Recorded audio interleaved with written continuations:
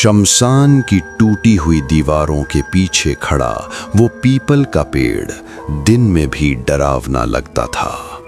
उसकी जड़ें जमीन से ऐसे बाहर निकली थीं जैसे किसी ने मुर्दों के हाथ मिट्टी से निकाल दिए हों। शाम ढलते ही हवा में एक अजीब सी ठंडक घुल जाती थी और पत्तों की सरसराहट किसी फुसफुसाहट जैसी सुनाई देती थी। गांव में कोई भी उस रास्ते से रात को जाने की हिम्मत नहीं करता था, क्योंकि सब जानते थे कि उस पीपल के नीचे बैठना मतलब खुद मुसीबत को बुलाना।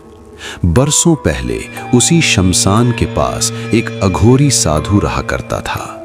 उसका नाम कोई नहीं जानता था, लोग उसे बस बाबा कहकर पुकारते थे। उसका शरीर राख से सना रहता, आंखें हमेशा जलती हुई अंगारों जैसी लगती और उसकी हंसी सुनकर अच्छे अच्छों की रूह कांप जाती थी। कहा जाता था कि वो शमशान में साधना करता था, मुर्दों की राख से तंत्र करता था और रातों को पीपल के नीचे बैठकर किसी अनजानी शक्ति से बातें करता था। एक रात अचानक उसकी चीखें पूरे गांव में गूंज उठीं। लोगों ने दूर से आग की लपटें देखीं, लेकिन कोई पास जाने की हिम्मत नहीं कर पाया। सुबह जब कुछ लोग हिम्मत करके शमशान पहुंचे तो वहां सिर्फ जली हुई राख, टूटी हुई माला और पीपल के नीचे काले धब्बे मिले। साधु का शरीर कभी नहीं मिला।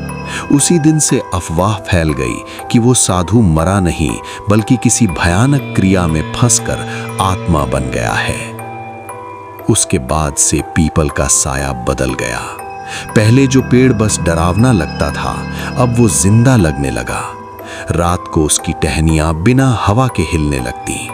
कई बार लोगों ने देखा कि पीपल के नीचे कोई बैठा है, लेकिन पास जाने पर वहां कोई नहीं होता, सिर्फ राख की गंध और ठंडी हवा का झोंका रह जाता। एक रात राम प्रसाद किसी मजबूरी में शमशान वाले रास्ते से गुजर रहा था। आसमान में बादल थे, चांद आधा ढका हुआ था। जैसे ही वो पीपल के पास पहुंचा, उसके कानों में घंटी की धीमी आवाज गूंजने लगी। उसे लगा जैसे कोई बहुत दूर से उसे बुला रहा हो। उसके कदम अपने आप धीमे हो गए और वो अनजाने में पीपल के नीचे खड़ा हो गया। तभी उसे लगा जैसे किसी ने उसके कंधे पर हाथ रखा हो। वो पलटा, लेकिन वहां कोई नहीं था।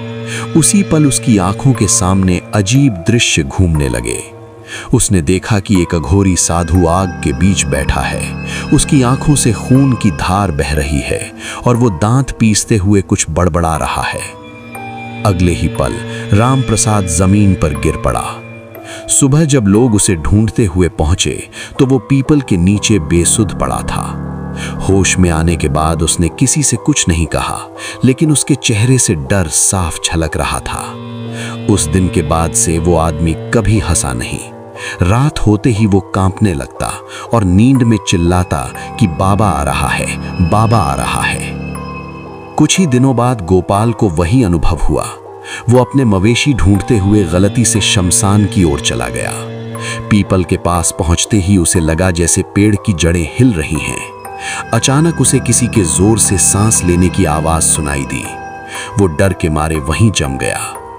उसकी आंखों के सामने धुंधली आकृति उभरी, जिसमें राख से सना चेहरा और जलती आंखें साफ दिख रही थीं।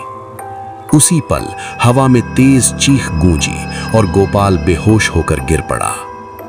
धीरे धीरे गांव में ये बात पक्की हो गई कि अघोरी साधु की आत्मा पीपल में बस चुकी है। जो भी रात में उसके नीचे जाता है वो जिंदा तो लौट आता है, लेकिन उसकी आत्मा वहीं फंस जाती है। कुछ लोग पागल हो गए, कुछ हमेशा के लिए चुप हो गए और कुछ गांव छोड़कर भाग गए। एक रात शमशान के पास से गुजरने वालों ने देखा कि पीपल के नीचे आग जैसी रोशनी जल रही है। पत्तों की सरसराहट के बीच किसी की ठहाके जैसी आवाज गूंज रही थी। ऐसा लग रहा था जैसे कोई बहुत खुश है, जैसे किसी की आत्मा को नए शिकार मिल गए हों।